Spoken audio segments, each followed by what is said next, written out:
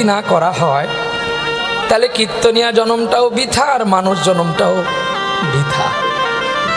এই কদিন আগে আমি আপনাদের এই কলকাতা মানব অধিকার থেকে একটি গোল্ড মেডেল পুরস্কার পেয়েছিলাম, সেটা নিয়ে এসেও বাবাকে দিয়েছিলাম। বাবা তো খুব কাঁদছে, কারণ বাবা তো বড় ওস্তাদ, তিনার জীবনে তিনি অনেকগুলো পেয়েছিলেন। আমার মা আমাকে বলছে, হ্যাঁ রে জানো, আর আমি একটাই খুশি না, তোর বাবা 7খানা মেডেল পেয়েছিল আর তুই একটা নিয়ে এসেছিস আমার কাছে।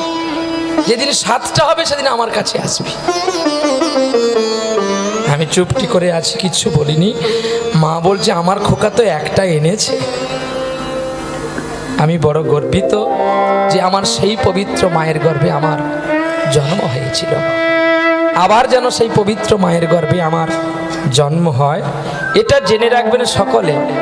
প্রহ্লাদকে এনে হাজার হাজার টাকা নষ্ট করার চেয়ে পরিবেশটাকে আগে ঠিক করবেন যে আমার পরিবেশে আমি ঠিক আছি কিনা, না হলে আপনার ব্যাংকের টাকা খরচ করা বৃথা হবে। আমি তো 3 ঘন্টায় আপনাকে আর ভগবান পাইয়ে দিতে পারবো না, ভগবানের রাস্তাটা বলে দিতে পারবো যে কোন পথে গেলে আপনি ভগবানকে পাবেন। তার কারণ আপনি ভগবানকে খুঁজতে গেলে হয় বৃন্দাবন, নাহলে নবদ্বীপ, নাহলে বদরিকাশ্রম, নাহলে সোমনাথ, রামেশ্বরম ইত্যাদি ইত্যাদি জায়গা যেতে হবে। কিন্তু আপনার বাড়ির কাছে ভগবান আছে, বাড়িতে যে ভগবান বসে আছে, একবার তাকে কি প্রণাম করেছেন? কারণ আমার প্রমাণ আমি নিজেই দেখলাম। আমি শাস্ত্র পড়লাম, বহু দেশ বিদেশ ঘুরলাম, কিন্তু যেদিন স্নান হয়েছিল কুম্ভতে, আমি আমার স্টাফ 2 দিন ছুটি ছিল, আমরা কুম্ভ যাব বেরিয়ে পড়েছি। তো বাবাকে প্রণাম করছি, তখন বাজে রাত্রি 2টো। বাবা বলছে, হ্যাঁ তুই কোথায় যাবি? আমি বলছি, বাবা আমি একটু স্নান করতে যাব কুম্ভে। বলে, স্নান করতে যাবি কুম্ভে? বলি, হ্যাঁ। না আমার জন্য তাহলে ওই কুম্ভের জল একটু আনবি। আমি বলি, বাবা আমি আনবো। তখন মা বলছে, বাড়িতে কুম্ভ আছে, সেখানে ডুবালি না কলসি। আর লোক দেখানোর জন্য স্করপিও নাবিতি কুম্ভ স্নান করতে। এই কথাটা যেন কাজে লাগলো আর কানেও লাগলো। আমি তখন মাকে বললাম, মা বাড়িতে কুম্ভ বলতে? বলছে, বাড়িতে কুম্ভ মানে নয়ন কুম্ভ। তোর বাড়িতেই তো নয়ন কুম্ভ আছে, এই কুম্ভটাকে তুই ডুবাতে পারলি না পিতা মাতার চরণে, আর লোক দেখানোর জন্য ওই গঙ্গায় চান করবি? আমি সঙ্গে সঙ্গে ওদেরকে বলে দিলাম, তোরা চলে যা গাড়ি নিয়ে। ওরা চলে গেল, আমি আর যাই না। আমি বাবা মার চরণামৃতকে পান করলাম, তারপরে গায়ে ঢাললাম, ঢেলে বাড়ি চলে যাই। আমার বাড়ির সবাই বলছে, কি গো তুমি চলে আসলে, কুম্ভ স্নান তো হয়ে গেছে। আমি তোমাদের জন্য এনেছি কুম্ভের জল, একটু করে মাথায় নিয়ে নাও। তারপর বাড়ির সবাইকে শোনালাম রামায়ণের চিত্র কথা। কোথায় হয়েছিল? অন্ধ মুনির পুত্র সিন্ধু, তিনি কিন্তু কোনো কুম্ভে স্নান করতেন না, তিনি স্নান করতেন পিতামাতার চরণামৃত। আর কে? রাজা দশরথের পুত্র স্বয়ং রামচন্দ্র। আর কে? যমদগ্নির পুত্র পরশুরাম। করেনি? বাবার কথায় মাকে কেটে মায়ের রক্তে স্নান করেনি পরশুরাম?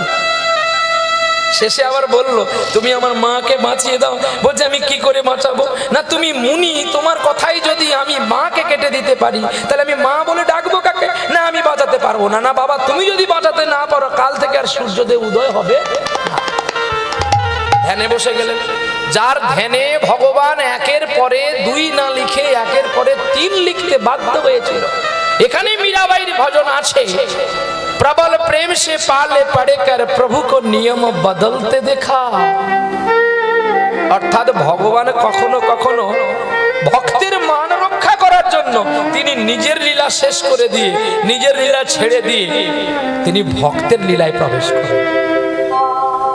তাই 1-এর পরে 2 না হয়ে 3 হয়েছিল। সত্য দাপর ত্রেতা কলি, তা না হয়ে সত্য তেতা দাপর।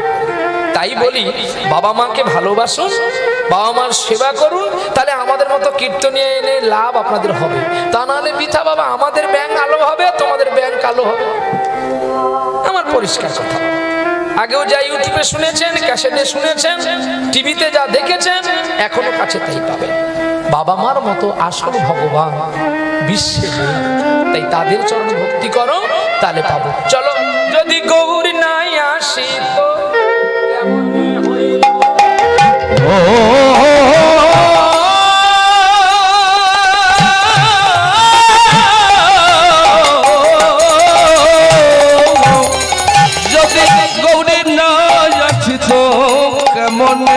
তো আস্তে।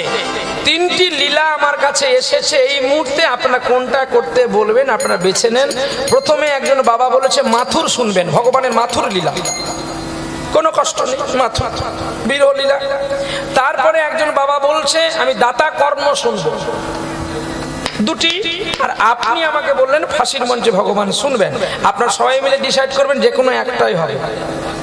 আর তার সঙ্গে আমরা ততক্ষণে পদাবলীটা শেষ করে নিচ্ছি। ও আচ্ছা, চল। যদি কেমনে হইত আরে কেমনে ধরিত রে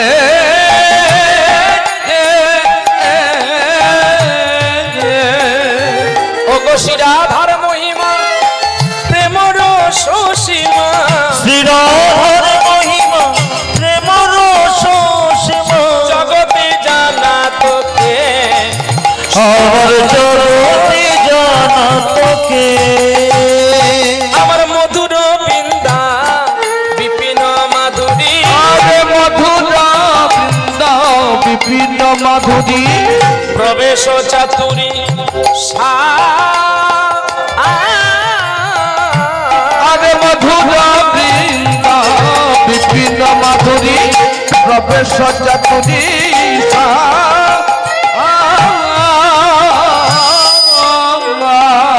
ও গোবর যুবতী ভাবির ভগবতী, রাজবতী ভাবির ভগবতী, শপতি হইত কার, আমার শপতি হইত ওরে গাও গাও পুন শ্রী গৌরাঙ্গের গুণ, শ্রী গৌরাঙ্গের গুণ সরল করিয়া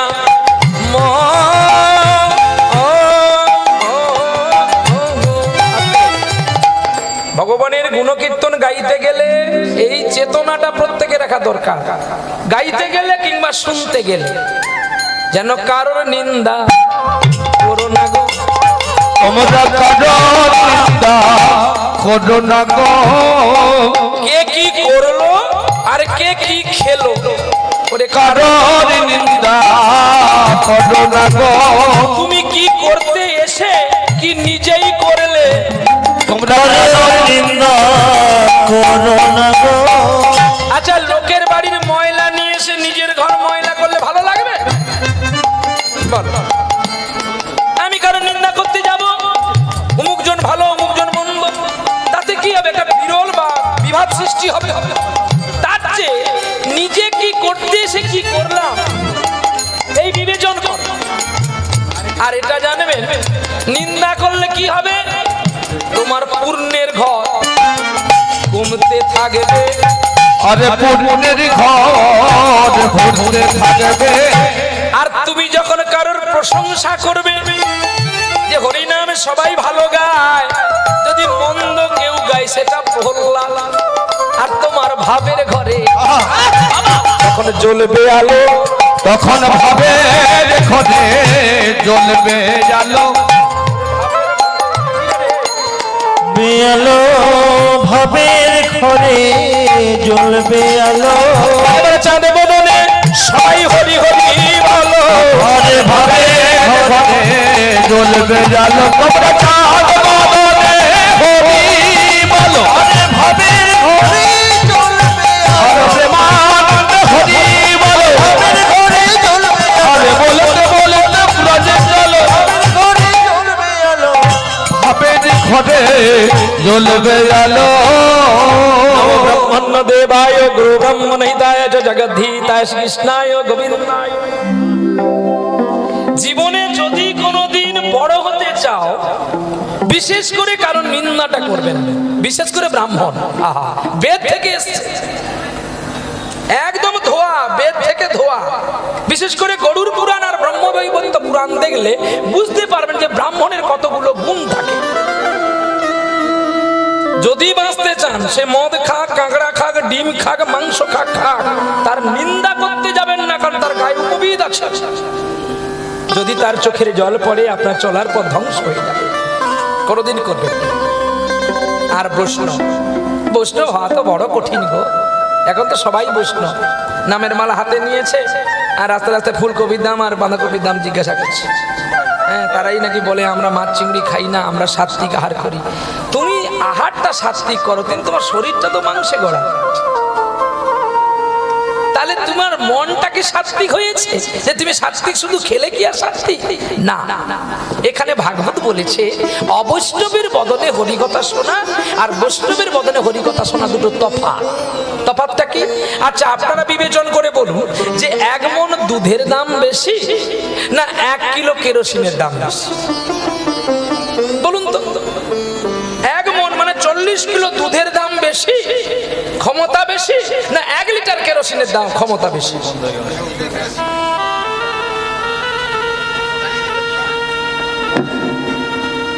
আমি বললাম কথার আগে শুনুন ভালো করে। 1 মণ দুধ, 40 কিলো দুধ। 40 কিলো দুধকে ছানা ফোটালে কত হবে? 20 কিলো। 1 কিলো কেরোসিন তেলকে ছানা ফুটালে কত ছানা হবে? আজ্ঞা হবে কি? তাহলে দাম কার বেশি?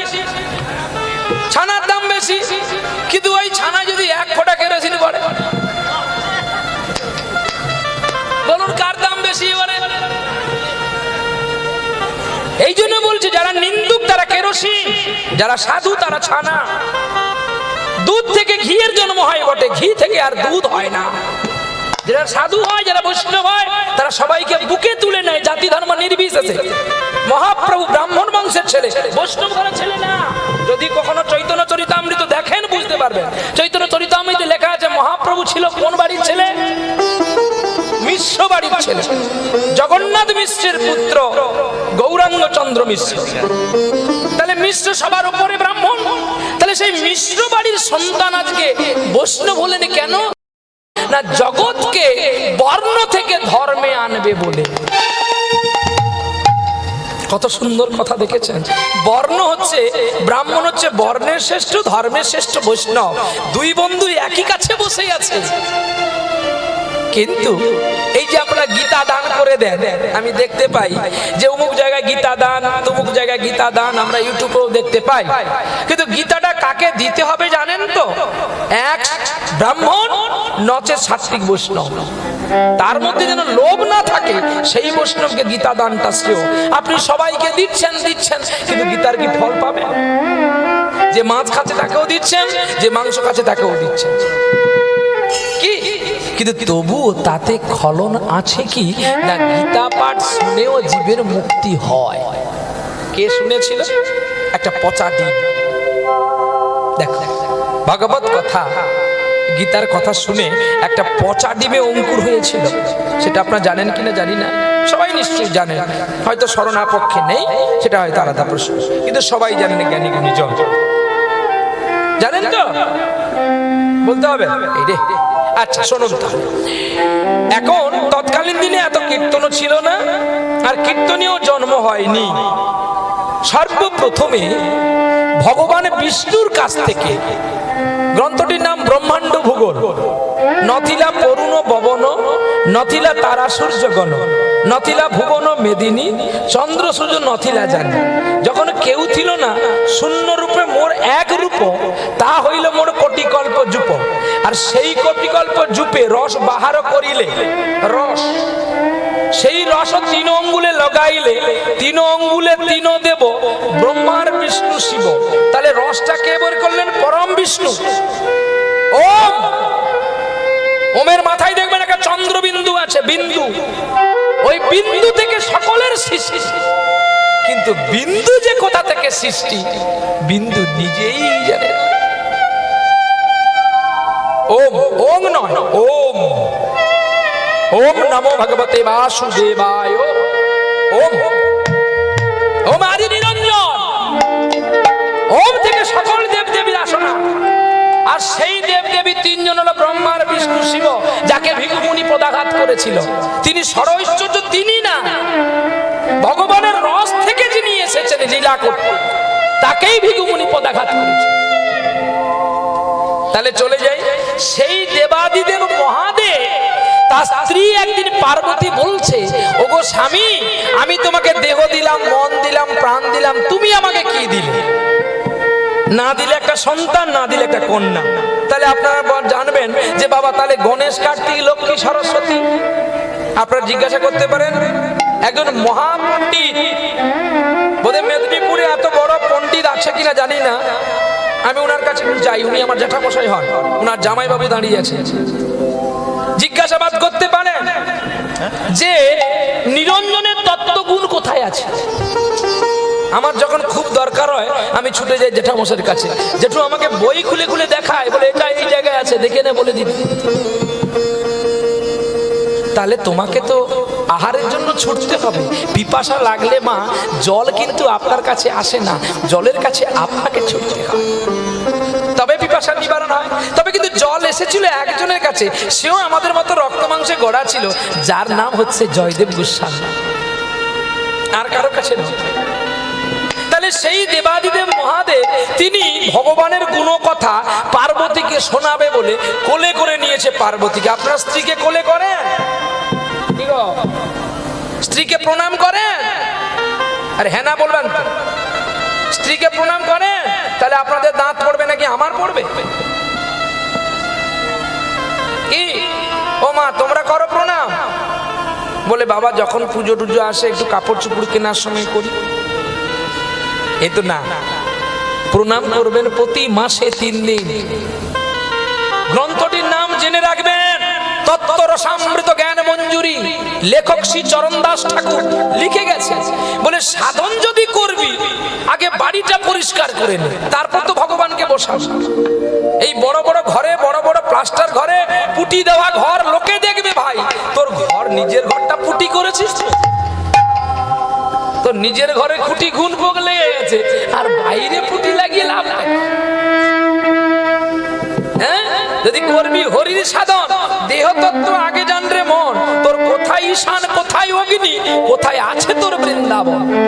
নালে তোর ওই টুরি যাত্রা হবে। যেন আমাদের নবদ্বীপে একজন বৌদি আছে, বলবো সে কথা, সে প্রতি মাসে শ্রাবণ মাস হলেই সে বাঁক নিয়ে আগে তারকেশ্বরে, তার জল না হলে শিব ঠাকুর খুশি হবে না। দাদা কিবোর্ডটা বন্ধ হয়ে গেছে। তো এখন সে যায় প্রতি জল ঢালতে। আমি বলছি বৌদিমণি তুমি জল ঢালতে প্রতিবারে যাও কেন? বলে তুমি কি বোকা নাকি? জানো আমি কত বড় সতী? আমি কেমন? বলে তোমার দাদা কাছে সকালবেলা জুতো দিয়ে 2-4 ঘা দিয়েছি। আরে তুমি একই করলে? আরে শুধু মদ খাই তুমি জানো, তাই 2-4 ঘা দিয়েছি। তা তুমি যে জল ঢালতে যাও, বলে আরে আমি জল ঢালতে কি যাই নাকি? তাহলে জল ঢালার নাম করে বাঁক নিয়ে যাই, দেখো না 2 বস্তা করে বিস্কিট করলে যেটা ওটা ভরে নিয়ে আসি। আমি কেন? বলে জল ঢালতে যে আগে যায় তাকে সকলে বিস্কিট প্যাকেট, চানাচুর প্যাকেট দেয়, রুটির প্যাকেট দেয়, তারপরে ভালো ভালো করলেন দেয়। এই দোকানটা কি সেই শিব ঠাকুরের দোকান, এই জন্য তারকেশ্বর ধাম বলে লিখে রেখেছে। বোকা বাবা, তুই কিচ্ছু জানি না। বলে ওই জন্য 1 মাস আমার ডিউটি করি, 11 মাস বসে খাই। তার মানে বলে ওই তো জল ঢালার নাম করে যাই, বাঁকে কিন্তু জল নাই, বাঁকে আমার জল নাই, জল তো আমার বিস্কুট প্যাকেট। ঠিক তেমনি এখানে হরিনাম শুনতে অনেকে আসে, কেউ দেখে, কেউ সেবা করে, কেউ আবার নিন্দা করে, কেউ কারোর ভালো জুতো করে পালিয়ে যায়। যার যেমন ভাব তার তেমনি লাভ। যে যেমন গাছ লাগাবেন সে তেমন ফল পাবে। কাজে শিব ঠাকুর স্ত্রীকে কোলে করে নিয়ে মায়া সরিয়ে দিয়ে ভগবত কথা, হরি কথা শুনিয়েছিল। যে গাছের গোড়াতে, সে গাছটি কিন্তু মৃত ছিল, আর মৃত গাছের ডালে একটা পাখি 2টো ডিম দিয়েছিল। একটা পাখি না, 2টো পাখি 2টো ডিম দিয়েছিল। একটা পুরুষ পাখি, একটা প্রকৃতি পাখি। পুরুষ পাখিটা ডিম দিতে পারবে না বলে প্রকৃতি পাখির গর্ভে দিল, আর প্রকৃতি পাখি তাকে প্রস্ফুটিত করে এই ধরিত্রীর বুকে এনেছিল। পুরুষ পাখি হলো বাবা, প্রকৃতি পাখি হলো মা। আগে বাবার গর্ভ হয়, তারপরে মায়ের গর্ভ। বাবার গর্ভ মাথায়, মায়ের গর্ভ নাভি মূলের নিচে। 9 মাস 10 দিন মায়ের গর্ভে, বাবার গর্ভে 1 মাস। এই নিয়ে 10 মাস 10 দিন আমাদের প্রত্যেকটি জীবকে আসতে হয় ধরিত্রীর বুকে। তো সে এখন হরি নামের গুণে গাছের পুকুরে আছে পচা ডিম। সেই পচা ডিম একটা, আর একটাই বাচ্চা হয়েছে, তার মা বাবা পাখির বাচ্চা নিয়ে পালিয়ে গেছে। আর কৃষ্ণ নাম আকর্ষণ করলো সেই পচা ডিমকে, যাকে যার বাবা মা ছেড়ে চলে গেছে, সেই পচা ডিমকে আকর্ষণ করে সেই পচা ডিমের ভেতরে একটা পাখির বাচ্চা হয়ে পার্বতী হরি কথা শুনতে শুনতে ঘুমিয়ে গেছে। আর সেই পাখির বাচ্চা হু দিয়েছিল।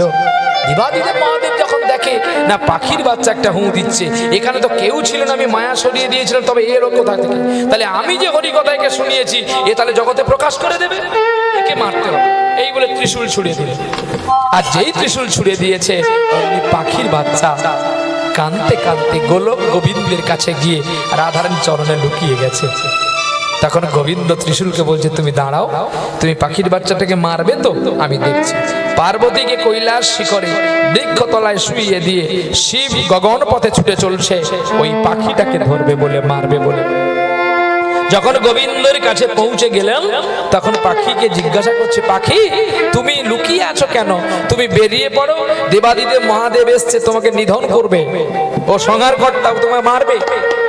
তখন পাখির বাচ্চা গোবিন্দের চরণ জড়িয়ে ধরে বলছে, যদি মরণ হয় তোমার কাছে মরবো, আমি আর অন্য কোথাও। হ্যাঁ গো দেবাদিদেব, তুমি ওকে মারতে এসছো কেন? বলে আমার সব কথা শুনে ফেলেছে, তাই ওকে আমি মারবো। তোমার সব কথা? বলে হ্যাঁ। বলে শোনো দেবাদিদেব, তোমার সব কথা শুনেনি, তোমার পবিত্র বদনে এই যে অবৈষ্ণব আর বৈষ্ণব, দেখো অবৈষ্ণব দ্বিজমুখ, মানে বৈষ্ণবের মুখে হরিকথা শোনা যায় আর অবৈষ্ণবের মুখে হরিকথা শোনা, দুটো তফাৎটা কতটা দেখে নেন। যেমন আপনি গান করলেন, মাছ চিংড়ি খেলেন, আপনার কবজমালা কতটা কাজ করবে, আর যারা গোবিন্দ চিন্তন করে, গোবিন্দকে না দিয়ে খায় না, তাদের কবজমালা কতটা কাজ করে। দেখ দেখ, এই ভারতের বুকে অনেক কীর্তনিয়া আছে, সুমন ভট্টাচার্য থেকে, পদ্মপলাশ থেকে, পলাশ সরকার থেকে, অঞ্জন উপাধ্যায় থেকে, দীনকৃষ্ণ ব্রহ্মচারী থেকে, দীনকৃষ্ণ ঠাকুর থেকে বহু কীর্তনিয়া আছে। কিন্তু এরা আচরণে আছে তো, এরা প্রসাদ পায় তো। বলছে মূর্খ গোবিন্দকে পায় যদি তার দেহটাকে শুদ্ধ করে রাখে, তা নাহলে হয় না। অনেক লীলা আমি জানি, অনেক পদাবলী জানি, অনেক তাল আমি জানি, কিন্তু আমি আজকে ব্যাসদেব সেজেছি। ব্যাসদেব আজকে কিন্তু আমি প্রহ্লাদ নই। আজকে এই স্টেজটা হচ্ছে ব্যাসাসন, আর ব্যাসের পুত্র ছিল সুখদেব। তাহলে সুখদেব কি মাছ চিংড়ি খেয়েছিল? ভাগবতে লেখা আছে। বল, তাহলে সুখদেবকে স্টেজ থেকে নামলে লক্ষ লক্ষ হাজার হাজার মানুষ প্রণাম করছে, আর সুখদেব কিনা হোটেলে গিয়ে মাছ চিংড়ি খাচ্ছে। রাধে রাধে। তাহলে অবৈষ্ণব মুখ হরি কথামৃতম শ্রবণাৎতব্যং সর্বশিষ্ট যথা পায়ো। এই যে এত বড় বড় কীর্তনিয়া, এরা কেউ কীর্তনিয়া নয়, এরা সবাই শিল্পী। কীর্তনিয়া জগতে দুই ব্যক্তি, এক শিলপাদ সুখদেব গোস্বামী, আর এক হচ্ছে দেবর্ষি নারদ। তাহলে ইনারা বড় বড় কীর্তনে যদি কীর্তনিয়া না হয়, আমি কীর্তনিয়া? ভাগবত বললেন সুমন বাবুর যত জ্ঞান হোক, তবু কীর্তনিয়া নয়, তিনি শিল্পী। কীর্তনিয়া তো দুই ব্যক্তি, ব্রহ্মার পুত্র দেবর্ষি নারদ আর ব্যাসদেবের পুত্র শিলপাদ সুখদেব। তাহলে যিনি কীর্তনের সম্রাট, কীর্তনকে জন্ম করে নিলেন, তিনি কীর্তনের আসন পেলেন না। আমি প্রহ্লাদ কি জানি? নাকি ভুল বললাম? যিনি লক্ষ লক্ষ ছাত্র তৈরি করে দিয়েছে, এক সুমন থেকে কত সুমন তৈরি হয়ে গেছে।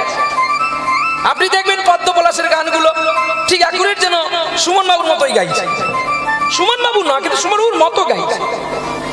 যা চাঁদাবলি নিয়ে গাইছে অঞ্জন উপাধ্যায়, পলাশ সরকার মহাশয়, তিনারা গাইছে, তিনারাও কীর্তনের জায়গায় যেতে পারলো না, একমাত্র নারদ আর সুখদেব ছাড়া। বলে কেন? না, নারদের মধ্যে তবু কাম ছিল, তবুও কাম ছিল। কোথায়? না, নারদের ব্রহ্ম থেকে কলির জন্ম।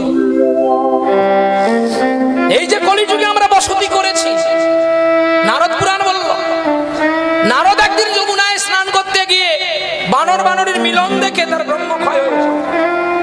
আর সেই ব্রহ্মকে হাতে ধরে ঝোলার ভেতরে রেখে দিয়ে পুনর স্নান করতে গেল। আর সেই স্নান করতে থেকে যখন স্নান করে ফিরে এসে ওই ব্রহ্মকে খাবে বলে যখন ঝোলার কাছে যায়, ঝোলায় নাচানাচি করছে। বলে তুমি কে? না, আমি কলি। তোমার বাবার নাম কি? না, আমার বাবার নাম নারদ। আরে আমি বিয়ে করিনি, আমার ছেলে হয়ে গেল। তুমি বিয়ে করেছো। তোমার ব্রহ্ম থেকে আর ঝোলাই ছিল মাটি, তিলক মাটি। ওই তিলক মাটি করতে গিয়ে মাটি পড়ে গেছিল ঝোলায়, মাটি হলো মা, তাই আমার নাম কলি।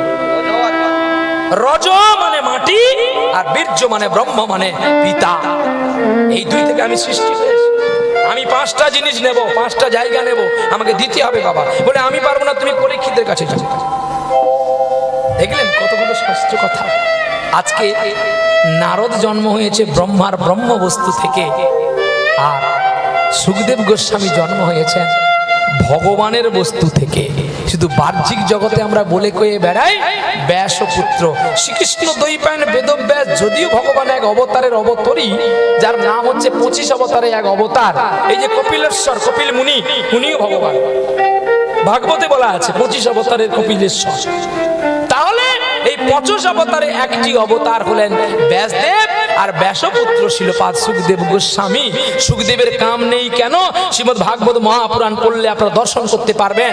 যখন বেদব্যাসের তার স্ত্রীর গর্ভ থেকে 16 বছরের পরে যখন জন্ম নিয়ে নিলেন, 16 বছর তরতাজা ছেলেটা যখন হেঁটে হেঁটে চলে যাচ্ছে, সমুদ্রের তটে নারীগুলো, ব্রজগোপীগুলো উলঙ্গ হয়ে চান করছে। তা সে ব্রজগোপীগুলো এত সুন্দর নট দেহটাকে দেখে প্রণাম করবার জন্য ছুটে এসেছিলেন। তখন তাদের এই জ্ঞান ছিল না যে আমাদের গায়ে বসন আছে কি বসন নাই। তখনই নারীগণ প্রণাম করছে, বলছে দেবী, হে দেবী, তোমরা তো আমার মা, মা হয়ে সন্তানকে কখনো প্রণাম করতে দেই। যেমন আমি কিছুক্ষণ আগে আসার সঙ্গে সঙ্গে আপনার শঙ্খ বাজিয়ে প্রদীপ জ্বালিয়ে আমাকে বরণ করে ঘরে নিয়ে গেলেন, ফুল ছড়িয়ে ছড়িয়ে। আমি মানা করলাম ফুল ছড়াবেন না, ফুল কেবলমাত্র গোবিন্দের জন্য, ফুল আমাদের মতো নরমাংস দেহের জন্য নয়।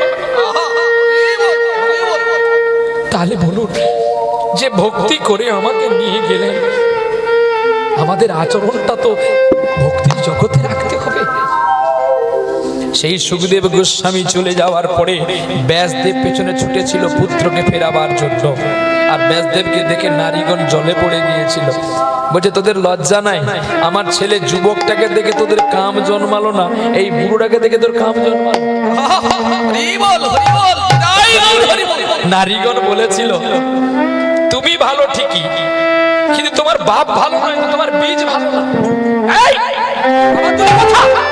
শোনো, জোর গলায় কথা বলো না মুনি বাপ। তুমি হতে পারো মুনি, তোমার বাবার লক্ষণ ছিল খারাপ, তাই বাবার রক্তটা তোমার অঙ্গে বইছে। তোমার বীজটা ভালো ছিল, আর সবচেয়ে বেশি ভালো ছিল তোমার স্ত্রী,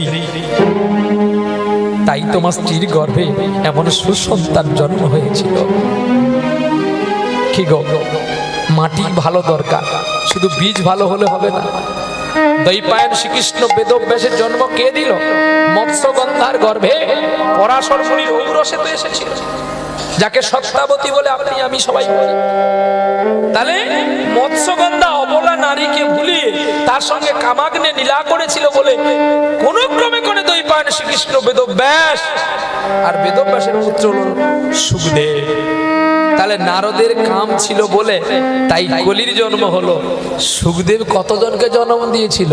অনন্ত কোটি জীবকে বিনা কামে নিষ্কামে হরিনাম প্রেরণা দিয়ে। আজকে আপনারা সেই ভগবত কথা হরি কথা আস্বাদন করবেন বলে পরীক্ষিতের আসনে বসেছেন, সর্প দংশন থেকে মুক্তি পাবেন বলে। ঠিক না বল? বলে আমাদের তো সাপ কামড়ায়নি বাবা। সাপ কামড়েছে নাকি? বলে সাপ কামড়েছে, তক্ষক কামড়ালে তবু তার বিষ নামানো যায়, কিন্তু সংসার তক্ষক যাকে একবার কামড় দেয় কি বাবা?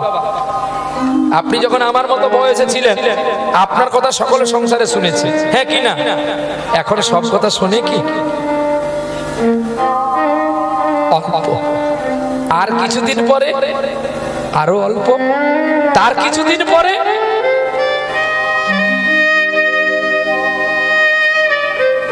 মানুষ দুইবার বালক হয়, একবার জন্মে বালক, একবার মরণে বালক। দেখবেন আমি আপনি যখন আমরা ছোট্ট ছিলাম তখন পায়খানা করে মাখতাম না? কি ভুল? আমাদের চোখ ছিল, নাক ছিল, কান ছিল, মুখ ছিল, সব ছিল, কিন্তু শুধু ছিল না কি? জ্ঞান। যেদিন আমরা বুড়ো হয়ে যাব, চোখ থাকবে, হাত থাকবে, নাক থাকবে, কান থাকবে, সব থাকবে, থাকবে নাকি? জ্ঞান। তাই মানুষ দুইবার বালক হয়। আর ওই ছোটবেলার বালকের চেয়ে যদি বৃদ্ধকালের বালকের সেবা কোনো সন্তান করে, পৃথিবীর কোনো ক্ষমতা নেই তাকে দমন করে। নিতাই গৌর প্রেমানন্দে হরি বল হরি বল। আজকে সেই পাখির বাচ্চাটা গোবিন্দের কৃপায়, সেই পাখির বাচ্চা হলো সুখদেব। আর সেই সুখদেব মুক্তি করেছিল পরীক্ষিত মহারাজকে। তাহলে আজকে আপনারা সেই তক্ষক দংশন থেকে মুক্তি পাবার আস্বাদনে এসেছেন। সময় আমি নষ্ট করব না, আজকে লীলার মধ্যে প্রবেশ করি। ফাঁসির মঞ্চে ভগবান, বাঁকুড়া জেলার কাহিনী। চল চল লীলায় প্রবেশ করি। তাহলে সরল করিয়া মন, ভগবানের গুণকীর্তন শুনতে গেলে, ভগবানের কথা আস্বাদন করতে গেলে আমাদের সরল মন করতে হবে। এ বাবা সংসারে এমন দয়াল দেখি নাই কোন জন। কি গো, মহাপ্রভু জাতির বিচার করেছিল? উঁচু নিচু বিচার করেছে? মহাপ্রভু যে নাম করেছে সেটাই লীলার মানুষ করে। গ্যারান্টি দিয়ে বলবো, ওয়ারেন্টি না। আমি কাশ্মীরি আপেল, আমি মার দুধ খেয়ে বড় হয়েছি, পাউডার দুধের বাচ্চা আমি না যে আপনি টাকা দিলেন বলে আমি আমাকে ইচ্ছা কথা বলে চলে যাবো। ওই গল্পের ছেলে আমি না। এই লীলার মানুষ এখনো বিভেদ করে। ব্রাহ্মণের রাঁধলে বৈষ্ণবেরা খায় না, বৈষ্ণবের রাঁধলে ব্রাহ্মণেরা খায়। খায় বলি কেন? না এরা মহাপ্রভুর উপরে। বামন আর ব্রাহ্মণ দুটো তফাৎ আছে, আর বৈষ্ণব আর বৈষ্ণবের তফাৎ আছে।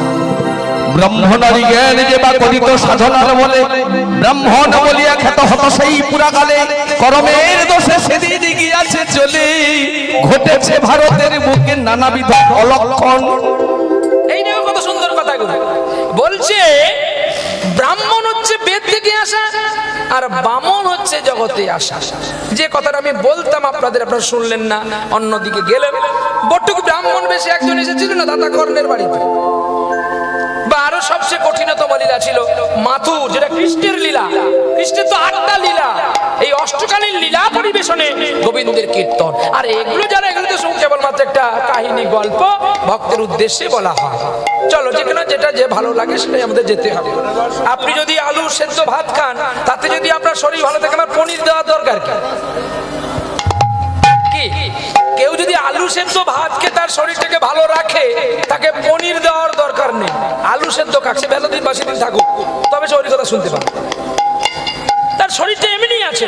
আর যদি কেউ পনির খাওয়া অভ্যাস থাকে, তাকে আপনি আলু সেদ্ধ দিলে ভালো লাগবে? তার জাসমেন দেশে তো দাচার, যে দেশের ভক্ত যেমন কিছু চাইবে তাকে পরিবেশনটা তেমনি করে দিতে হয়। চলো নিতাই গো।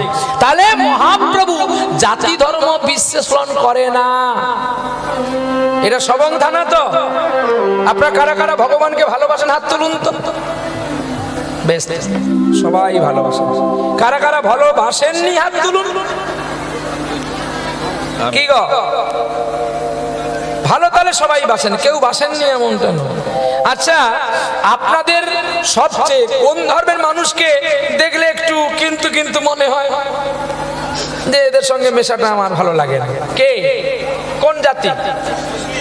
মুসলিম। কে বললেন? বাহ, মুসলিম। কেন, কিসের জন্য? কারণ থাকবে তো। ওরা গরু মাংস খায়, গরুকে মারে, এই তো।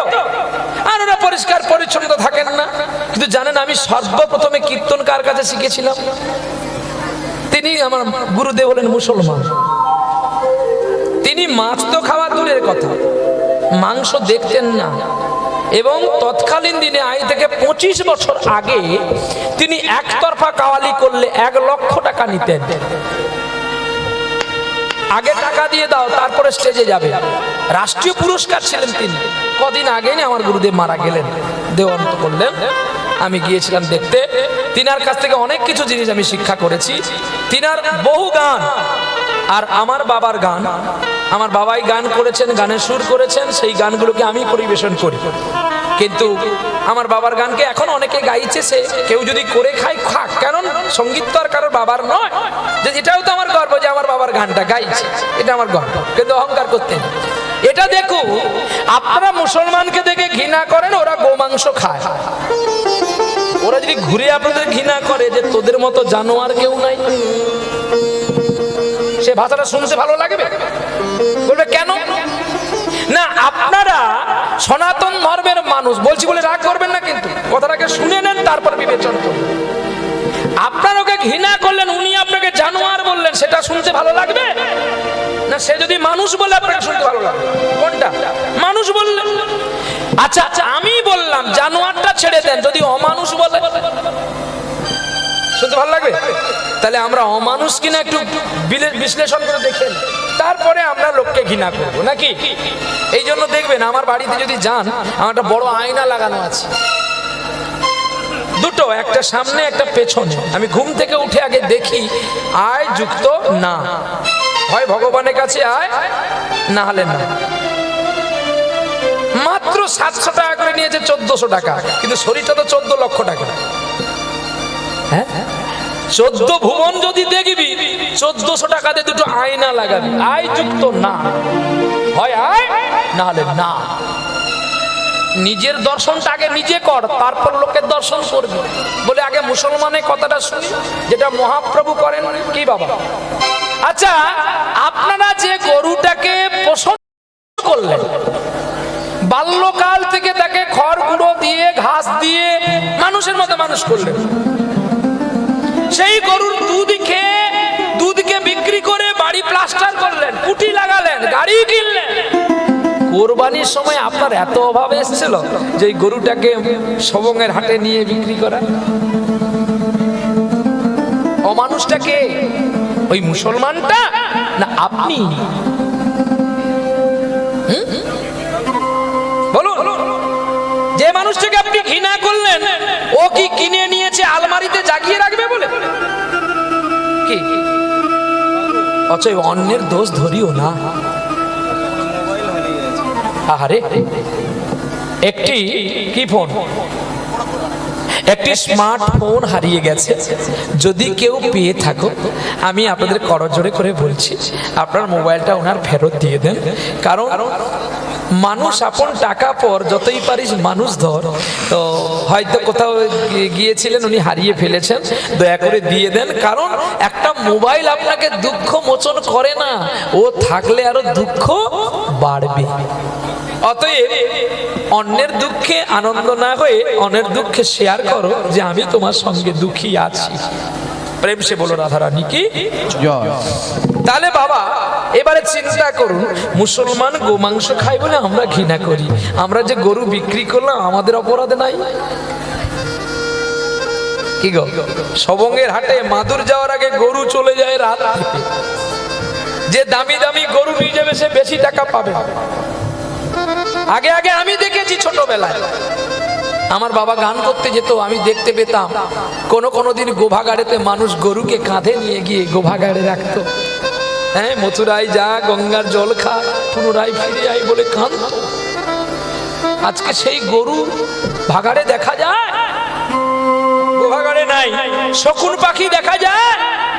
আচ্ছা, শকুন পাখি আর ভাগাড়ে নাই, আপনার ঘরে আছে, যেটা 3 মাসে ভালো ফুড দিয়ে ভালো টাকায় বিক্রি হয়। শকুনের ক্রস থেকে মুরগির জন্ম, ব্রয়লার। এদেরকে যত্ন করে আলো দিতে হয়, পাখা দিতে হয়, ভালো ট্রিটমেন্টে রাখতে হয়। আর তার মাংস মানুষে আহার করে। মান মানে আমি, স মানে তুমি। শ্রীমদ্ ভাগবত যথাযথতে কলম পাঠ করলেন কে জানেন? অভয়চরণবিন্দ প্রভু ভগবান 108 ছিল তখন প্রভুপাদজি, যিনি আমেরিকায় গিয়ে ধর্ম প্রচার করে এনেছিলেন। আজকে সনাতনের মানুষ হয়ে আপনারা পিছিয়ে যাচ্ছেন। লন্ডন, জাপান, আমেরিকান থেকে দেখবেন যেন মায়াপুরে সব গড়া। তাহলে এই মাটিতে আমার নিমাই এসেছে। হরে কৃষ্ণটা বলতে পারে না, হরে কৃষ্ণ নাচছে উদ্ভণ্ড হয়ে পাগলের মতো। আর আমার নদিয়ার মানুষ কিভাবে হয় না। অতএব মহাপ্রভু আপনারা যাদের ঘৃণা করলেন, মহাপ্রভু তাকে কোলে নিয়ে হরিনাম গেয়েছিল, জাতি ধর্ম নির্বিশেষে। এই তো সেই দয়াল কে না, যে কোনো জাতিকে ঘৃণা করে না। শুধু তাই নয়, হরিদাসের নির্জান চৈতন্য চরিতামৃতের অন্তলীলায় নির্জানের স্বীয় কমনীতি খণ্ডতে লেখা আছে, মহাপ্রভু নিজে ওই মুসলমানের আত্মক্রিয়া করেছেন। হরিদাস ঠাকুর কে ছিলেন? মুসলমান, খুলনা জেলার বরুণ গ্রাম, এখন সেটা বাংলাদেশ। সেই বাংলাদেশের ছেলে হরিদাস ঠাকুরের আদ্যক্রিয়া নিজে করেছিল। তাহলে বলুন তো, আমরা কি চৈতন্যের ওপরে? চৈতন্যের গান শুনছি, চৈতন্য চরিতামৃত পাঠ করছি, অথচ আমাদের হৃদয়ে চৈতন্য এখনো আসলো না। আমার চেতনা চৈতন্য করে দে মা, চৈতন্যময়ী আমার চেতনা চৈতন্য করে মা, চৈতন্যময়ী। তোর ভাব সাগরে ডুবে আমি, তোর ভাব সাগরে ডুবে আমি, আবো মা তোর পদাশ্রয়ী। আমার চেতনা চৈতন্য পড়ে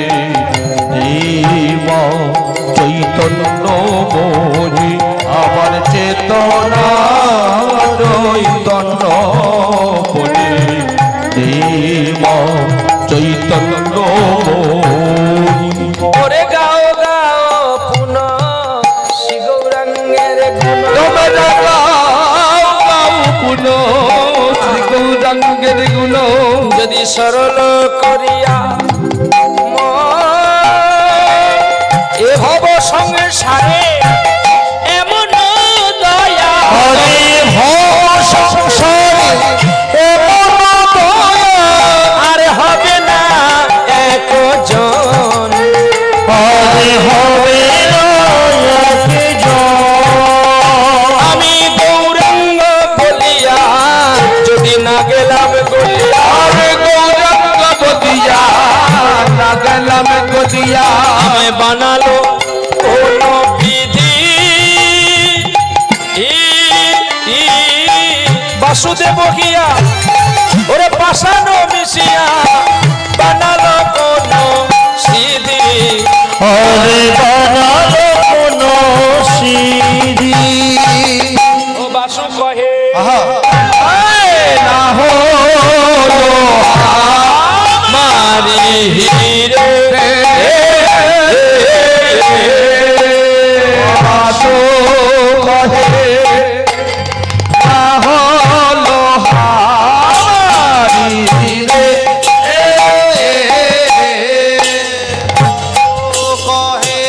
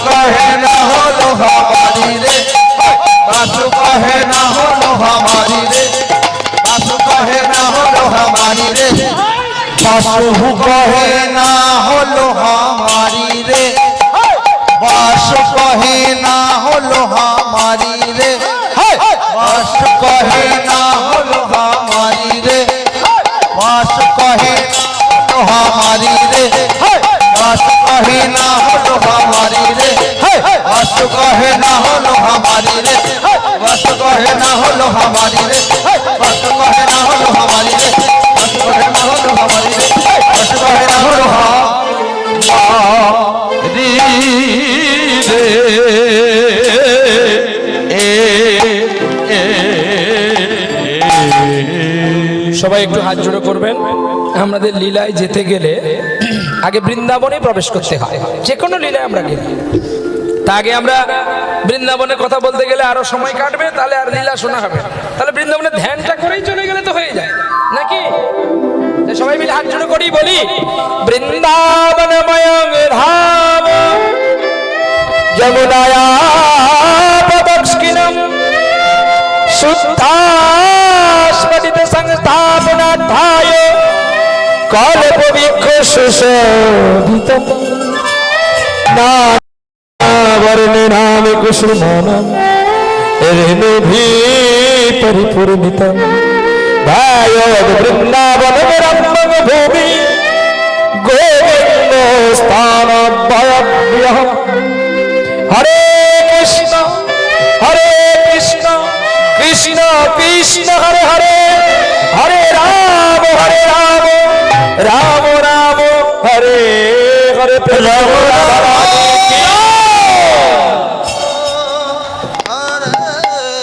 হরে আজ কেন যেন ফুলের বনে জাগিল সিংহ জাগিল সিংহ আজ কেন ফুলের বনে জাগল সিংহ জাগল সিংহ ভাঙল কেন স্বপ্ন আমার আমি পেলাম কাবার দর্শন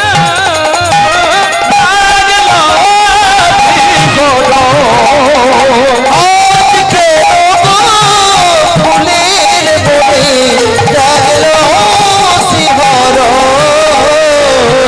জাগলো শিহর কে যেন গো মন যমুনা আমার কদম্ব তলায় থল করা যেন রাধা নামে বাঁশরি বাজা বাঁশরি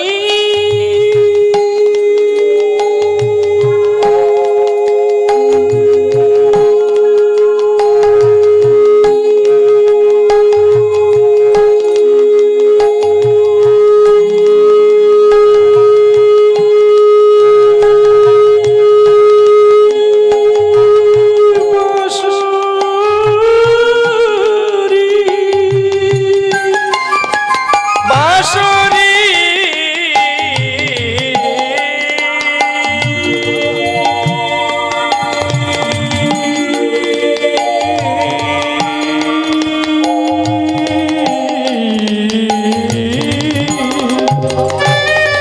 কে যেন বন যমুনা কদম্ব তলা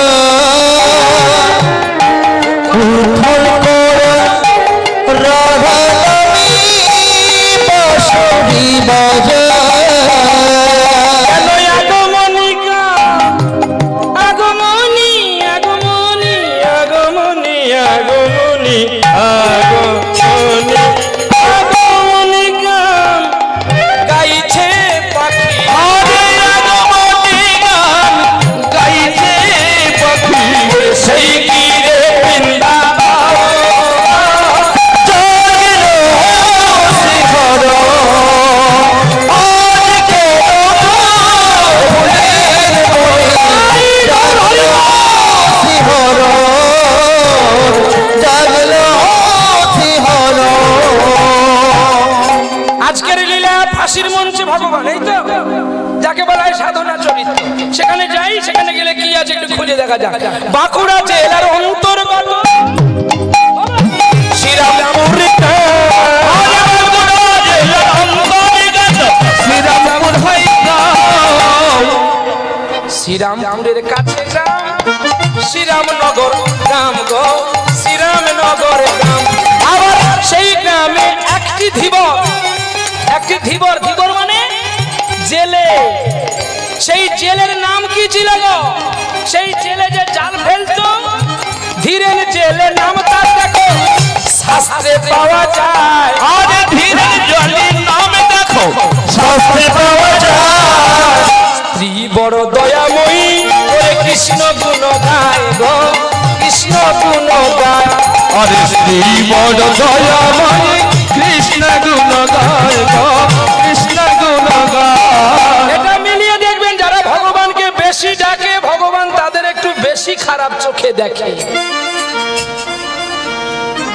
যে হয় ভগবানের দাস ভগবান তারই করে সর্বনাশ তাই আমরা ভগবানকে ডাকা ভুলে গেছি বলে কেন ভগবান খারাপ চোখে দেখে বলে খারাপ চোখে ভগবান দেখে না ভগবান ক্ষতি করে দেখে যে আমাকে ভালোবাসে না আমার আমিত্বটাকে ভালোবাসে আমিত্ব মানে বিষয় বৈভব আমি মানে শুধু একা আমরা মানে বহুজন এই যে বাংলার ডিকশনারি আমি মানে একা আমরা মানে বহুজন, আমিত্ব মানে বিষয়, আমি মানে এক।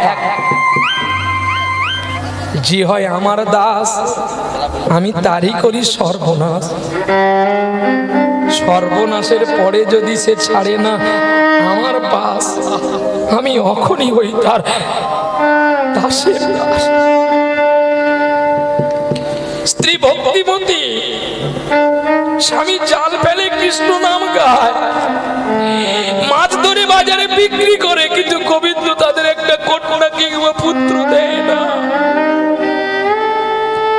একদিন ভাগ্যের বইকা আসে, এক জমিদারের একটা কন্যা হয়েছে, কিন্তু জমিদার আর জমিদার গিন্নিমা দুজনেই মারা গেল। ধীরেন জেলে আর তার স্ত্রী দয়াময় রামনগর ছেড়ে বৃন্দাবনে যাবে। এমন তো অবস্থায় শ্মশানে বলা কোয়া করছে, এই মেয়েটার কেন বেঁচে আছে? এই মেয়েটা যদি মারা যেত তাহলে সকল সম্পত্তি আমরা গ্রামবাসী মিলে।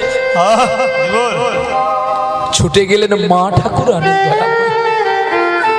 ধীরেন গিয়ে বলছে, ওগো আমার তো কোনো সন্তান নেই, এই কন্যাটাকে আমাকে দাও না। বলে, আজকে তোরা কন্যা নিবি, দুদিন পরে এসে বলবি কিনা যে কন্যা জমিদার বাড়ি, সকল সম্পত্তি তোরা ভোগ করবি। বলছে না গো, এ কন্যাকে আমাদের পরিচয় বড় করব। ত্রিশত্ব করে এই যে বাবাজি উঠে আসুন, এখানে বসুন তো, আসুন বাবা। এই যে বাবা ঠাকুর, দুজন বাবা বসছে, আসুন। এই যে বাবাজি, এই বাবাজি এদিকে আসুন। বৈষ্ণবের আসনটা উঁচু আসন করতে হয়, আপনারা হয়তো জানেন না। বলে উঁচু আসন করে তো পেছনের মানুষ দেখতে পাবে না। বলতে না, বৈষ্ণবের আসনের উপরে আর একটা আসন দিয়ে দিতে হয়। বৈষ্ণবকে দেবতা চিনতে পারেনি গো। আজ তারা যে কুল থেকে আসুক না কেন, গোবিন্দের নামামৃত তিলক পড়েছে তো। আসুন এই গাড়ি, আমার দাদার কাছে চলে আসুন। আজকে আমার দুইজন দাদা গো, রামচন্দ্র আবার রাম। আমি ভরত হয়ে কি পারবো কর্তব্য পালন করতে? আমি লক্ষণ হতে চাই না, আমি ভরত হতে চাই। কারণ ভরত যে শুধু ত্যাগ করেছিল, আসক্তি করেনি। মায়ের প্রায়শ্চিত্ত করার জন্য এই ভরত দাপর যুগে হলো সুদামা বিপ্র।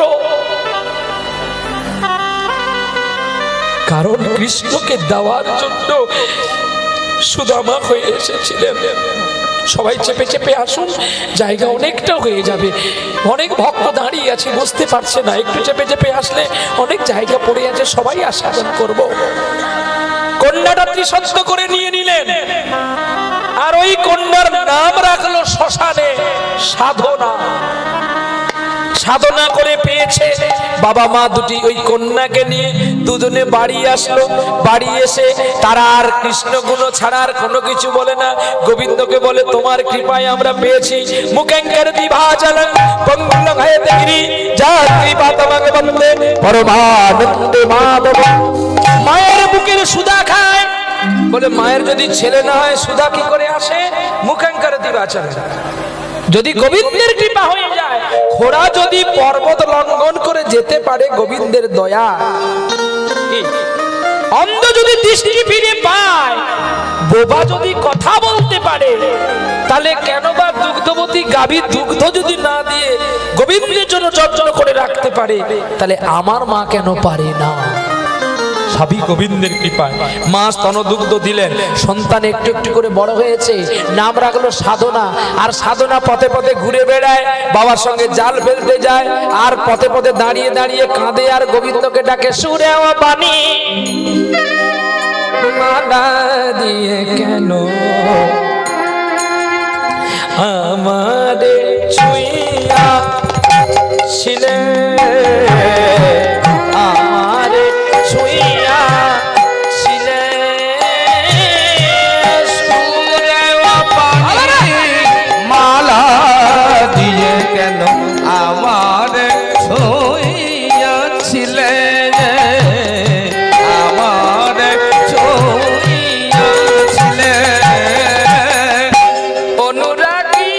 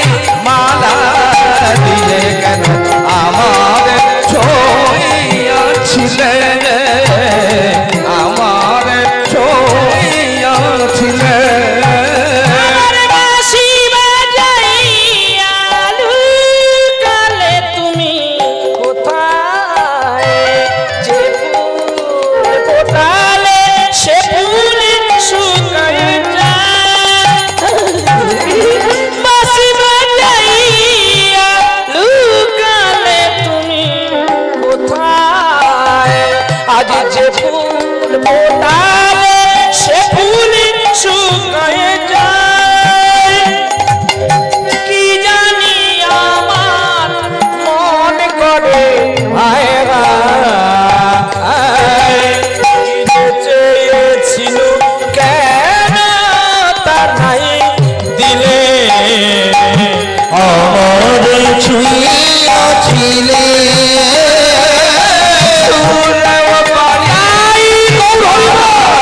দিয়ে গেল আমার ছড়িয়াছিলে আমার ছুঁয়াছিলে আমার ছড়িয়াছিলে বাবা বাবা বাবা গো কি হয়েছে মা মা বলো মা সাধনা কি হয়েছে ও বাবা তুমি জানো না তুমি সেদিন পুজো করতে করতে একটা শ্লোক বললে সংসার সাগর রূপেণ মিন রূপেণ মানবা জঞ্জাল জাল রূপেণ কাল রূপেণ দিব বাবা আমাদেরকে মানুষ করার জন্য একটা জীবকে হত্যা করে তুমি সংসার পোষণ করছো পিতা কন্যার কথা শুনে অবাক আরে মা আমরা জাতিতে জেলে আমাদের কর্ম হচ্ছে জাল ফেলে মাছ ধরা না বাবা শাস্ত্রে লেখা আছে জীব ন মারি জীব পুষি সে প্রাণী বৈকুণ্ঠে বসি আর তুমি জীবকে মেরে আমাদের মতো জীবকে পালন করছো বাবা কেন ভিক্ষা করলে কি আমাদের জীবন চলবে না বাবা আহা কন্যার কথায় বাবা জাল ফেলে দিল মাছগুলো নদীতে ছেড়ে দিল মেয়েকে কোলে নিয়ে বলছে আর আমি জাল ফেলতে যাব না কারণ মারে তোর মতো কন্যাকে যে আমি পেয়েছি সাধনা করে তোর কথা আমাকে শুনতে হবে তুই আমার মেয়ে নয় তুই আমার মা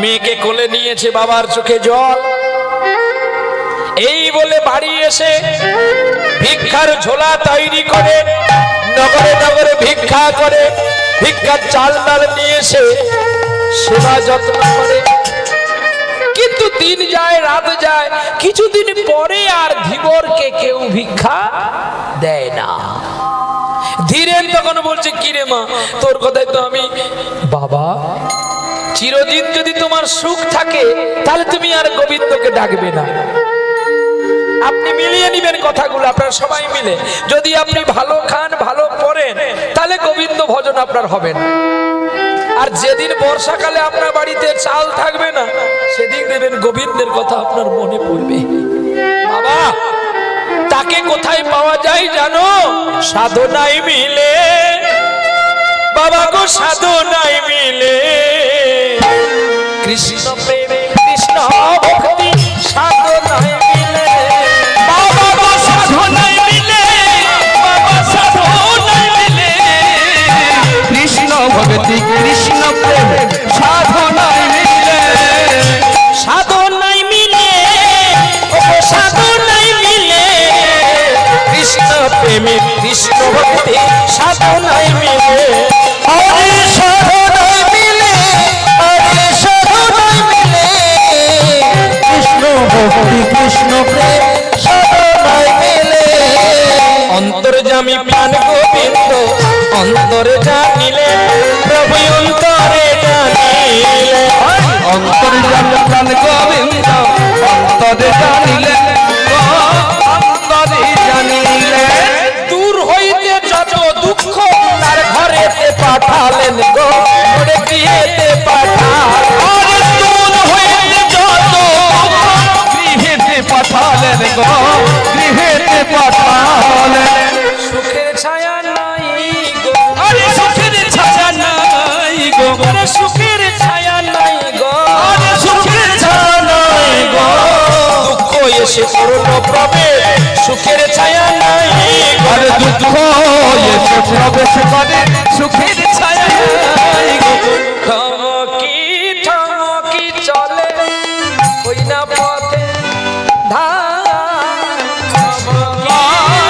পথে চলে সোজা পথে ধার ঠমকি ওই না পথে ধায় বাড়ি আছে দুঃখ সেই পথে ধায় আরে দুঃখ চল ধীরে ধীরে জয় গোলা ধীরে ধীরে দুঃখ চলে ধীরে ধীরে দুঃখ জলে ধীরে ধীরে ধীরে নদী মনের ঘরে আরে দুঃখ জলে ধীরে ধীরে ধীরে লীলার বালাই যাই রে আরে দুঃখ জলে ধীরে ধীরে লীলার বেরোটা দুঃখ জলে ধীরে ধীরে দুঃখ জলে ধীরে ধীরে দুঃখ জলে ধীরে ধীরে আর কেউ চাল দেয় না ডাল দেয় না সকালে দূর করে গালি মন্দ করে শেষে ধীবর ধীরেন বেছে নিলেন পুনর্বৃত্তি মা আমি আর তোর কথা মানতে পারছি না আমাকে আমার পুনর্বৃত্তি ধরতে হবে সোনা আর কতদিন অনাহারে অনিদ্রায় আমি কাটাবো বলতে পারিস প্রত্যেকের বাড়িতে তার বাবা তার সন্তানকে কত কিছু খাবার দেয় আমি দুটো দিতে পারি না আমার কষ্ট হয় না যত পাপ হয় হোক বাবা তুমি যেই মাছটাকে ধরে প্রাণ নাশ করে আমাদের জন্য জীবন পালন করবে হয়তো তাদের অভিসম্পাদে হয়তো আমরা যদি তোমার কাছ থেকে হারিয়ে যাই তুই আর বলিস না মা তুই আর বলিস না মেয়ের মা দয়াময়ী মেয়ের বাবাকে বলছো গো শুনছো মেয়ের কথাটা একটু মেনে নাও না গো তুমি জানো না 6 মাস না কে যদি সুদামা কৃষ্ণের কাছে যেতে পারে ছেলের কথায় অতিথি সেবার জন্য যদি দাতা কর্ণ তার নিজের ছেলেকে কেটে দিতে পারে হরি বল হরি হরি হরি বল দানবীর হরিশ্চন্দ্র রাজ্য দানের বিশ্বামিত্রকে দক্ষিণা দেওয়ার জন্য যদি স্ত্রী পুত্রকে বন্ধক রাখতে পারে তবে তুমি কেন শুনছো না শাস্ত্রে তো বলেছে সংসার সুখী হয় রমণীর গুণে তবে তুমি কেন আমার কথা শুনছো না দয়াময়ীর কোনো কথা শুনলো না ধীরেন ধীবর চলে গেলেন জাল ফেলতে আর মেঘ হয়েছে কালো মেঘ আর ওই কালো মেঘের বরিশন এসে যাচ্ছে এমন সময় মায়ের বুকের যন্ত্রণা সাধনা ছুটে গেল বাবাকে ডাক বাবা ও ফিরে চলো দেখো মায়ের কেন বুকের যন্ত্রণা করছে তীরের জাল ফেলে দিয়ে মাছ ফেলে দিয়ে ছুটে আসে এসে দেখে সূর্যদেব বেলা ডুবে গেছে আর ধীরে স্ত্রী বেঁচে নাই মামা বলে কাঁদছে সাধনা পৃথিবীতে মানুষ একবারই পায় একবার তার নিজের মা বাবাকে আর নিজের বাল্যকালকে মানুষ যদি 5 কাঠা জায়গা কোথাও হারিয়ে ফেলে কিনতে পারবে কিন্তু মা বাবা হারিয়ে গেলে কোন বাজারে কেনা যাবে গো আমাদের চাঁদকুড়ি বাজারে কেনা যাবে যায় রে বেলা যায় হে আমি জয় রে বেলা যায় এবার আমি যাই জয় রে বেলা যায় বলো মাটির ঘরে মাটির প্রদীপ কেবা আর জ্বালা বেলা যায় এবার আমি যাই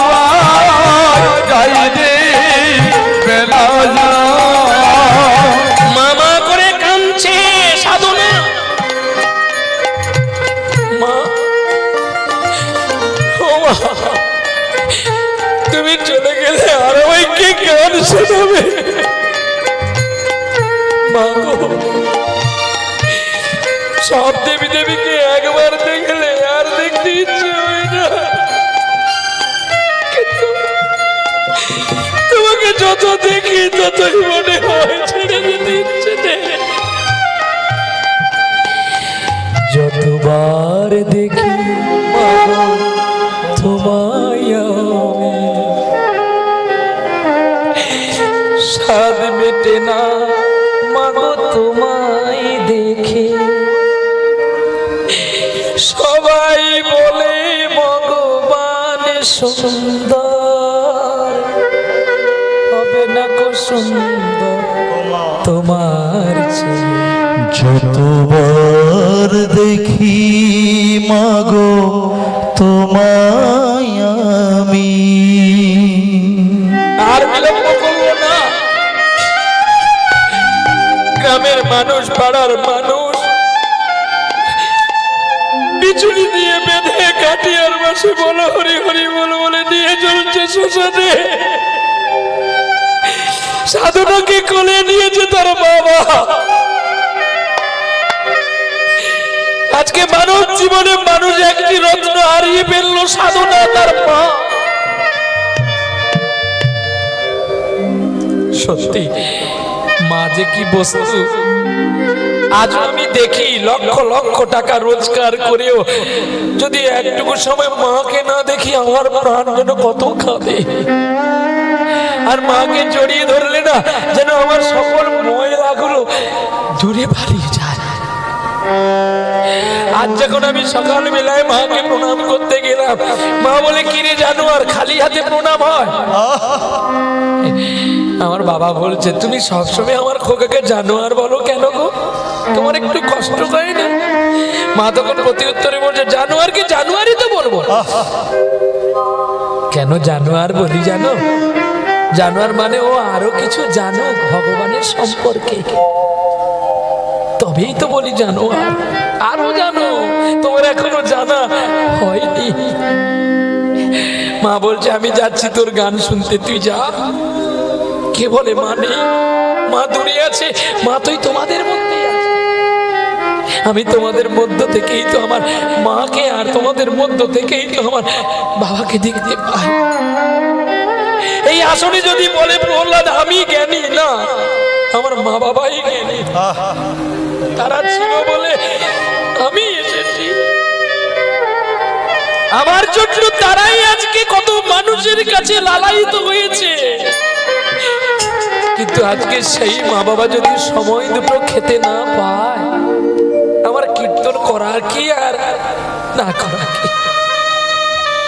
পৃথিবীতে যদি সবকিছু আসে নষ্ট হয়ে যায় যা, কিন্তু আমি আপনাদের কাছেও বলি যতদিন ধরিত্রীতে থাকবো এই জল নিয়ে আসলেই গন্ডগোল হবে। এমনিতে আছে, ভালো আছে,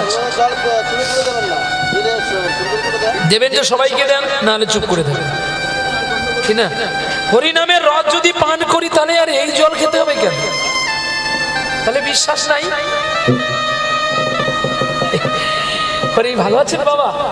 হরি নামের সুধা পান করিয়া মত্ত থাকি সর্বদাই। আমি কাঙাল দয়াল গুরু আমার মনে তো কাঙাল নয়। আমি কাল মন তো আমার মত কাল নয়। আমি কাঙাল দয়াল গুরু আমার মনে তো কাঙাল নয়। আমের সুধা পান করিয়া, আমের নামের সুধা পান করিয়া আমি মত্ত থাকি সর্বদা। আমি দয়াল গুরু আমার মনে তো পাগল নয়।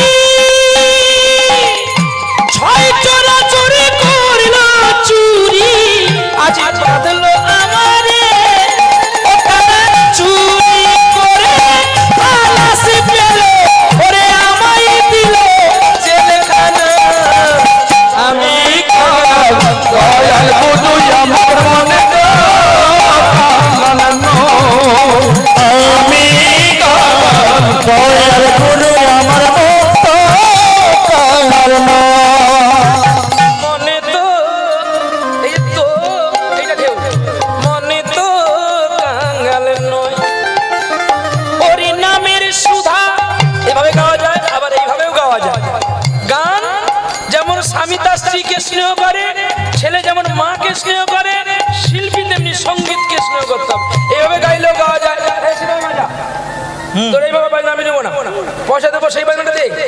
আমি কাঙাল দয়াল গুরু, বাহ বাহ বেশ, বেশ। রাইট রাইট এইভাবে গাওয়া যায়, আবার এইভাবে গাওয়া যায়। আপনারা এবার বিবেচনা করবেন কোনটা স্বাদ। আমি কাঙাল দয়াল গুরু, আমার মনে তো কাঙাল না। হরি নামের সুধা পান করি আমি মত্ত থাকি সর্বদা। আমি কাঙাল দয়াল গুরু, আমার মনে তো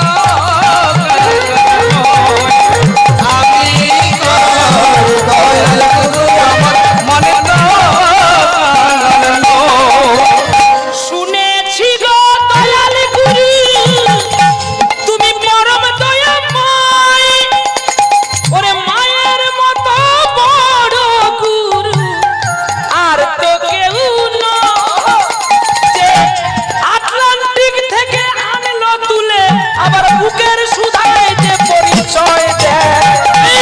আমি কাঙাল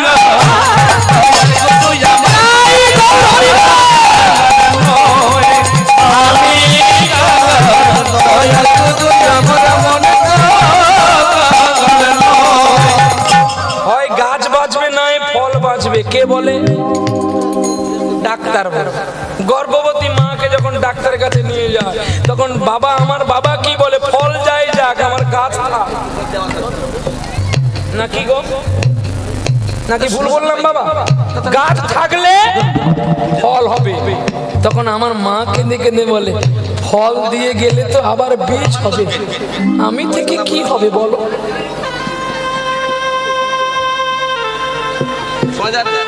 কি গো? গুঞ্জা তৈরি গোটা গোটাটা গুঞ্জে দিলেও হয়, তো এটি চিন্তা করে শোনা যাবে। একটু আসতে মা। এই মালিক বাবুর মনটা বড় কিন্তু জায়গাটা একটু ছোট। আপনারা একটু চেপে চেপে আসুন, একটু চাপলে হবে। হ্যাঁ, ওনারা বসবেন না না? আচ্ছা আচ্ছা আচ্ছা আচ্ছা, ঠিক আছে। আচ্ছা, তাই।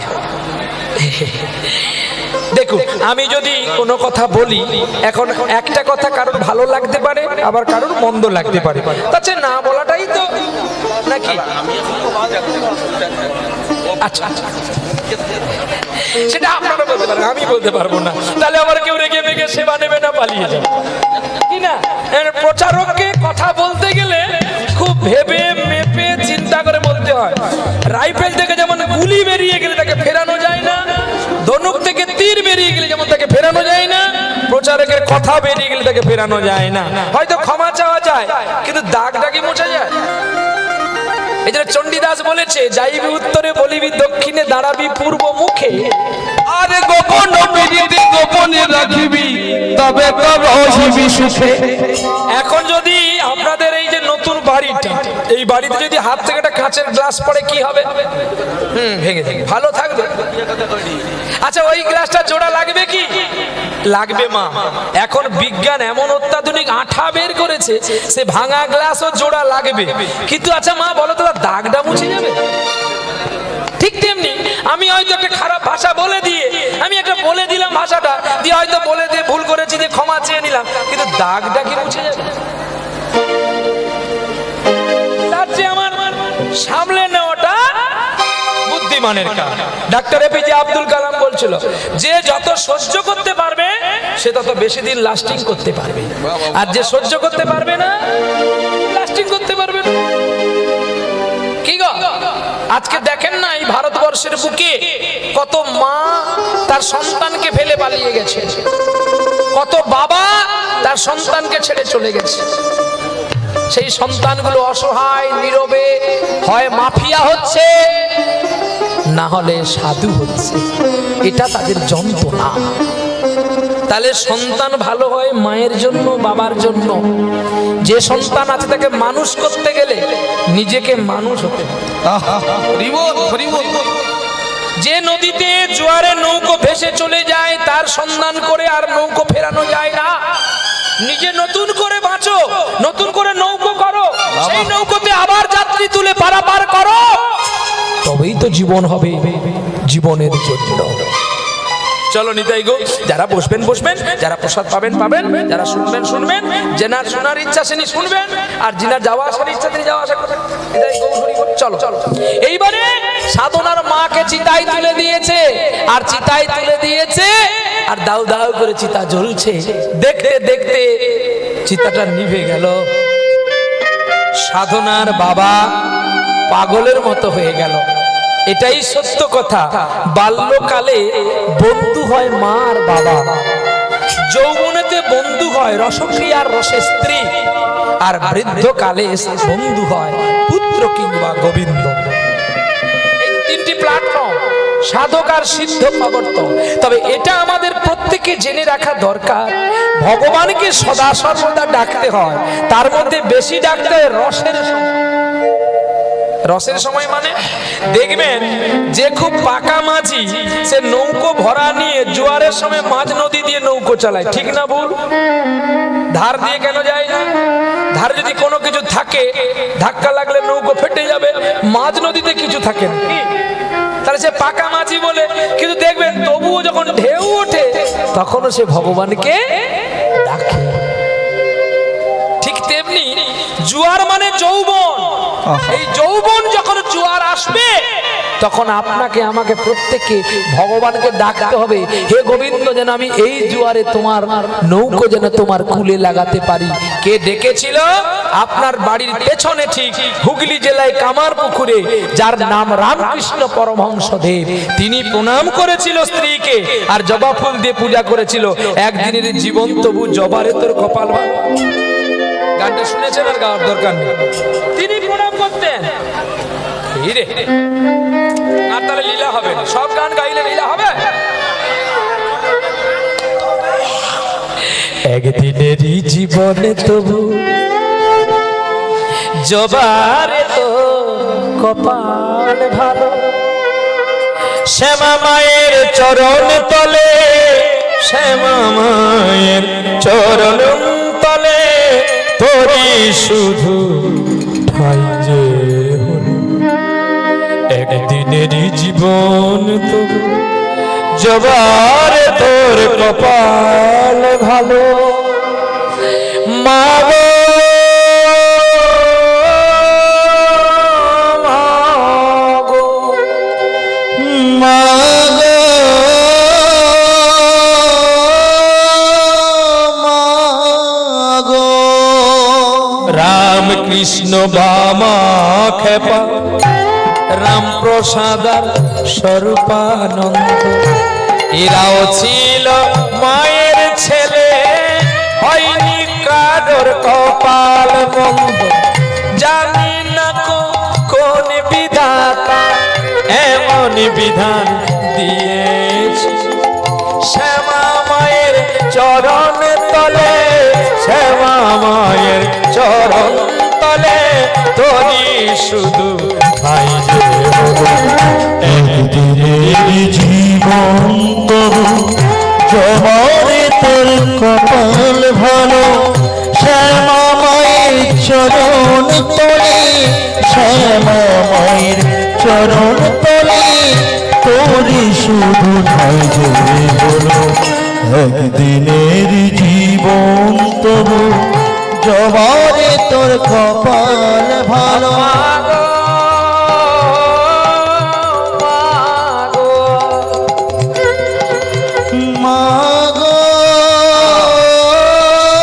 মা গো। মামা বলে পাগল করেছেন স্ত্রীকে। আজকে ধীরেন পাগলের মতো হয়ে গেল, মেয়ে উপযুক্ত হয়ে গেছে, মেয়ে পথে পথে বাবার জন্য ভিক্ষা করতে যায়, আর ভিক্ষার তন্ডুল নিয়ে এসে রান্না করে, আর রান্না করার সময় মায়ের কথা মনে পড়ে আর কাঁদে গো। তোমার ভুবনে ফুলের মেলা, আমি কাঁদি সাহারা, আমি কাঁদি সাহারা। ওগো তোমার ভুবনে ফুলের মেলা, আমি কাঁদি সাহারা, আমি কাঁদি সাহারা ও গো কমলিকা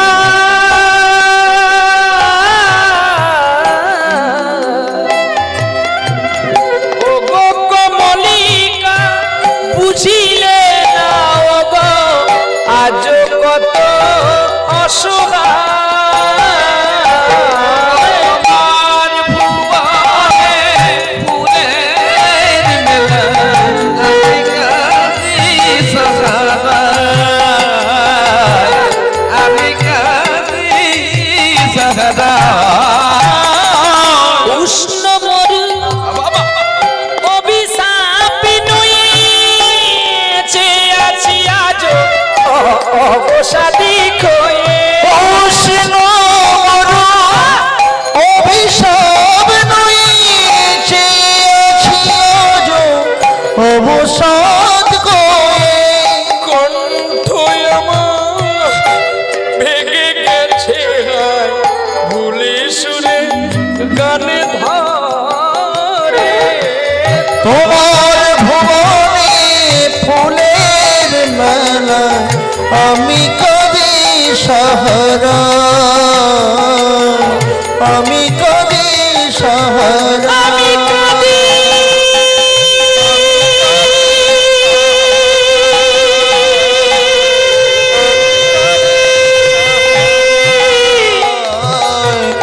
আমি কাঁদি আমি কাঁদি আমি কাঁদি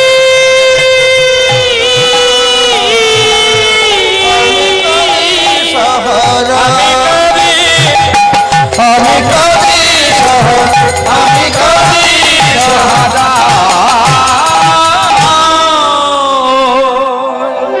তোমার পরাণে আমার স্নিগ্ধ করেছে কত আলো স্নিগ্ধ পরাণ গেছে যে ঝরে কে আর বাসিবে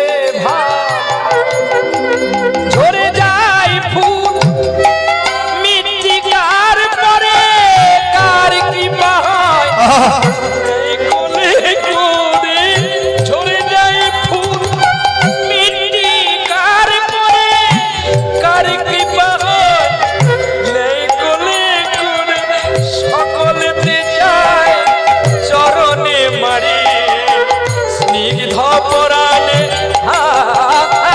ও তোমার ভুবনে ফুলের মেলা আমি কবি সাহারা আমি